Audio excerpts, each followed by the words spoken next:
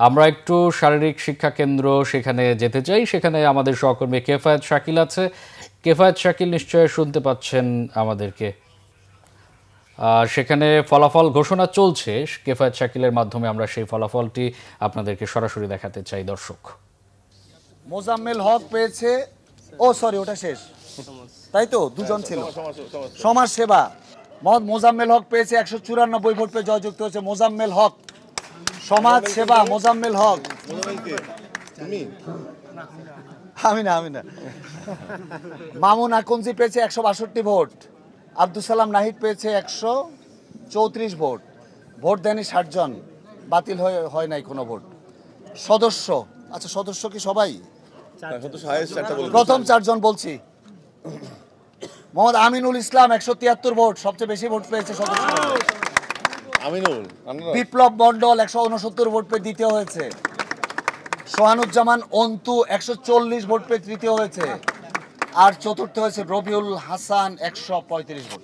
রবিউল কোথায়? এই তালি দিচ্ছ না কেন? পাস করছে। রবিউল নাই, রবিউল তালি দাও। বাকিগুলো বলতে হবে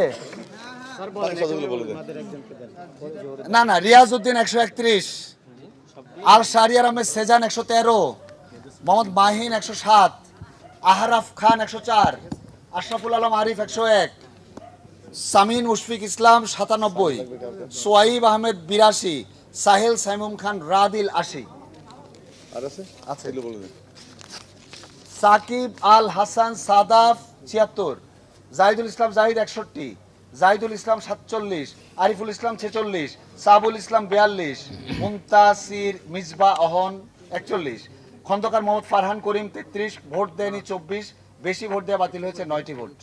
তাইলে সদস্য আমিনুল, বিপ্লব, সোহানুজ্জামান, রবিউল। ওকে, হল শেষ। এখন আমরা বাকিটা করছি, এক্সট্রা করে ওয়েট করো। দর্শক, আমরা এতক্ষণ ধরে যেমনটি দেখাচ্ছিলাম ঢাকা বিশ্ববিদ্যালয়ের ঢাকা বিশ্ববিদ্যালয়ের জিমনেশিয়াম বা শারীরিক শিক্ষা কেন্দ্র।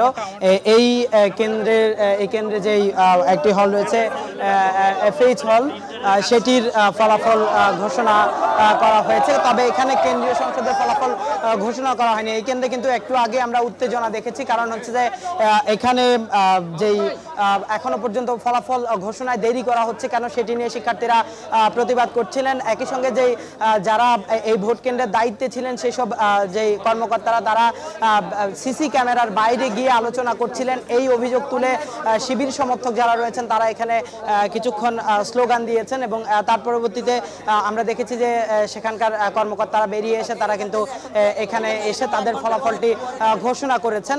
একটি হলের শুধুমাত্র ফলাফল ঘোষণা করেছেন। তবে এই কেন্দ্রে কিন্তু 3টি হলের ফলাফল ঘোষণার কথা রয়েছে। বাকিগুলোর ফলাফল একটু পরে আসবে। এখানে জগন্নাথ হল রয়েছে, জহু হল রয়েছে, সেগুলোর ফলাফলের বিষয়ে কিন্তু এখানে এই মুহূর্তে শিক্ষার্থীরা দাবি জানাচ্ছেন। তবে তারা যেটি বলছেন যে প্রিন্টারের কালি শেষ হয়ে গেছে এমনটি দাবি করে এই জন্য তারা এখনো পর্যন্ত ফলাফল দিতে পারছেন না এমনটি জানিয়েছেন এবং তারা দ্রুত ফলাফল তৈরি করে এনে আবারও প্রকাশ করবেন এমনটি তারা জানিয়েছেন। তবে এর আগে যে একটি আন্দোলন বা একটি বিশৃঙ্খল পরিস্থিতি তৈরি হচ্ছিল, একটি হলের ফলাফল ঘোষণা করে সেটি সমাধান করার চেষ্টা করেছেন তারা।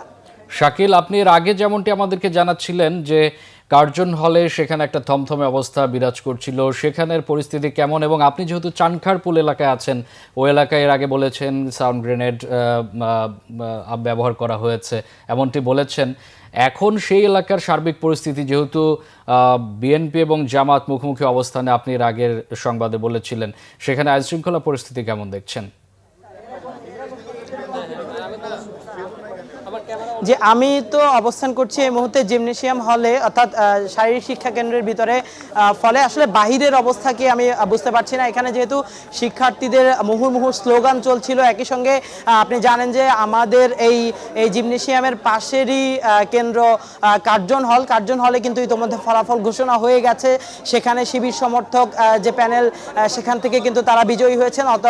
যার কারণে তাদের সমর্থকরা কিন্তু বিশ্ববিদ্যালয়ের ভিতরে এবং কার্জন হল এলাকায় তারা উৎসব আনন্দ মিছিল করছেন, যার কারণে ওই দিকের আওয়াজ এবং এখানকার যে স্লোগান আমরা কিন্তু বাহিরের পরিস্থিতি এখন বুঝতে পারছি না। নিশ্চয়ই আমাদের অন্য সহকর্মীরা যারা বাইরে আছেন হয়তো তারা সেখানকার পরিস্থিতি আপনাকে জানাতে পারবেন।